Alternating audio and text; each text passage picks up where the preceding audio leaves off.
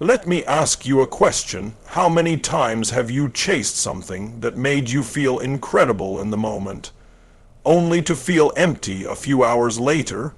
Maybe it was a new car, a big win at work, a vacation, or even something as small as that sugar rush after dessert. That high, that buzz, it's real, but it's short. It's like cotton candy, sweet for a second, gone in a blink. That, my friends, is the first level of happiness, and it's where most people are stuck. This kind of happiness is rooted in pleasure, momentary satisfaction, instant gratification. It's the dopamine hit. It's the scroll on your phone, the like on your post, the approval from a stranger, or the adrenaline of winning. And listen, there's nothing wrong with pleasure. Pleasure is beautiful. But if you build your life around it, you'll be living on emotional fumes. Because here's the truth, pleasure fades. Every time, that incredible meal, over in 30 minutes. That purchase you were so excited about.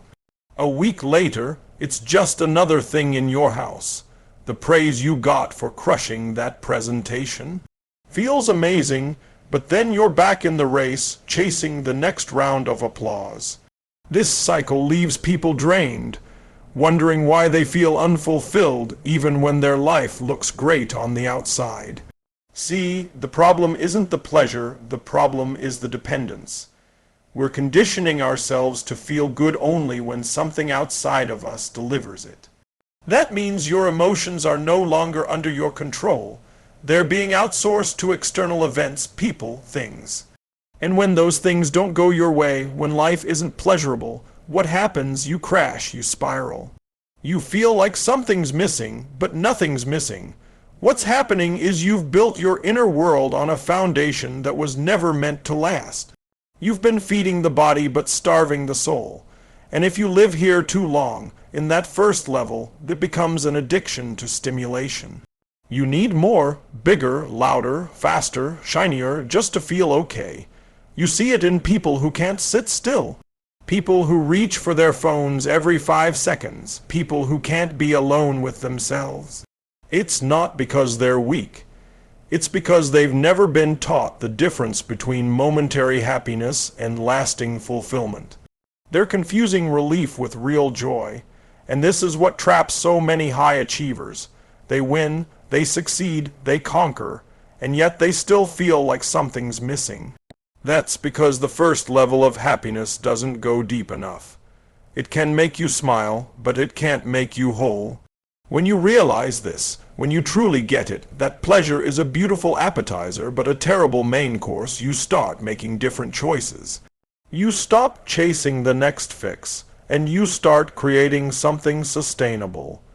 You shift from seeking comfort to seeking growth, from escaping pain to embracing purpose, and that shift is everything. Because the moment you stop depending on external highs to feel alive, the moment you stop giving your power away to people, achievements, or objects, that's the moment you begin to reclaim your life. We're not here to just feel good for a second. We're here to build something that lasts, because a good life isn't made of flashes of pleasure. It's built on the fire of meaning. Now, once you've moved beyond that first level, once you realize that the thrill of the moment isn't enough, you start asking deeper questions. You start wanting more than just pleasure, you want progress. That's where the second level of happiness comes in. And let me tell you, this is the kind of happiness that sticks with you. Not because it's easy, not because it's fast, but because it's earned. This level is all about growth. It's about achievement. It's about waking up every day with the hunger to become more than you were yesterday. And there's a different kind of energy here. This isn't the high that comes from outside stimulation. This is the fire that comes from inside. You feel it in your gut when you push through something that used to scare you, when you hit the gym even though your body said no, when you commit to learning a new skill and you struggle, and then one day, boom, it clicks. That's not luck, that's you evolving. See, most people are waiting for happiness to just show up, like it's something you stumble on by accident. But the truth is, Real happiness shows up when you show up for your goals, your discipline, your growth, even when it's inconvenient. Especially when it's inconvenient, because progress doesn't care how you feel, it only responds to how you act. Think about it, the moments in your life that made you proud, really proud, were they easy? Of course not. They were probably messy. They probably required you to step into discomfort, to face fear, to stretch past your limits. And that's the point. Growth lives on the other side of challenge. Achievement is the reward for leaning into discomfort instead of running from it. And that reward isn't just success. It's the happiness that comes from knowing you're becoming someone stronger. You can feel it when you've been consistent. You start trusting yourself more. You walk differently. You speak differently. You don't need to scream for attention anymore because your presence speaks for itself. You're building inner wealth, and that kind of wealth, you take it with you wherever you go. Now, here's the key. This level of happiness isn't about being perfect. It's not about always getting it right. It's about being in motion. It's about looking at who you were 6 months ago and saying, "Damn, I've grown." That kind of progress creates momentum. And once you've got momentum, everything changes. You start to feel alive. Not because life is easy, but because you're fully engaged in it. But here's the trap. Some people get stuck at this level too. They become addicted to the achievement but forget the alignment. They keep pushing, keep achieving, but the fulfillment doesn't deepen. That's when you know it's time to rise again to the third and highest level of happiness. Because the second level gives you strength, gives you pride, gives you momentum. But it's not the final destination. It's the launch pad. It prepares you for the life that's not just about you anymore. So if you're in this season right now, the season of building, struggling, improving, embrace it. This is where your character is forged. This is where self-respect is born. This is where you stop being a prisoner of comfort and start becoming a leader of your own destiny. Growth isn't just a goal. It's the gateway to who you're meant to be. Now, if you've made it through those first 2 levels, if you've tasted the highs of pleasure and the pride of progress, you're going to start feeling a deeper hunger. A hunger that achievement alone can't satisfy. You can be successful, you can be growing, you can be crushing your goals. But something inside still whispers, is this all there is? And that question, that whisper, is the doorway to the third level of happiness. This is where everything shifts, because this level isn't about how much you get, it's about how much you give. It's not about what you're doing just for you anymore. It's about something bigger, meaning, purpose, contribution, connection. This is the kind of happiness that lasts, not because life's perfect, but because you've aligned yourself with something that's timeless. You've probably had glimpses of this already. Maybe it was a moment when you helped someone and didn't expect anything back. Maybe it was when you showed up for a friend at 2 a.m.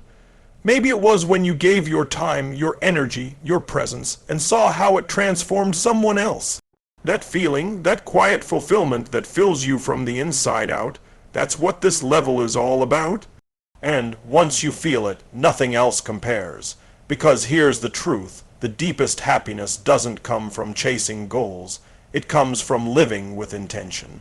From knowing that your life is a force for good. That the pain you've been through wasn't just for you to survive. It was so you could help someone else rise. That the strength you've built isn't just for your success, it's for your service. This level of happiness is rare, not because it's unreachable, but because most people are too distracted to hear the calling. They're so busy reacting, chasing, scrolling, proving, they forget to listen to what their soul is really asking. How can I matter? Who can I lift? What do I want to be remembered for? When you start living from that place, you walk differently, you lead differently, you love differently.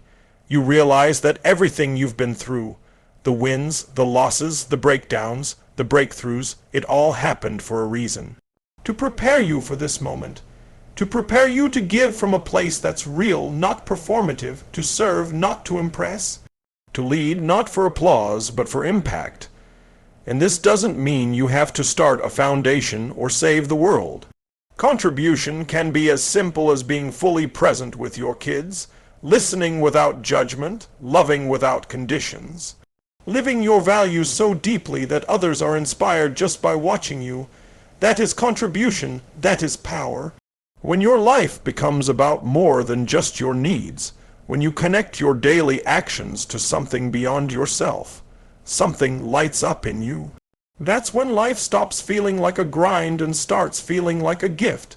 Because in the end, it's not what you achieve that defines your legacy, it's what you give. It's who you become in the process. That's where the deepest level of happiness lies. Not in the noise of success, but in the quiet certainty that your life is being used for something that matters.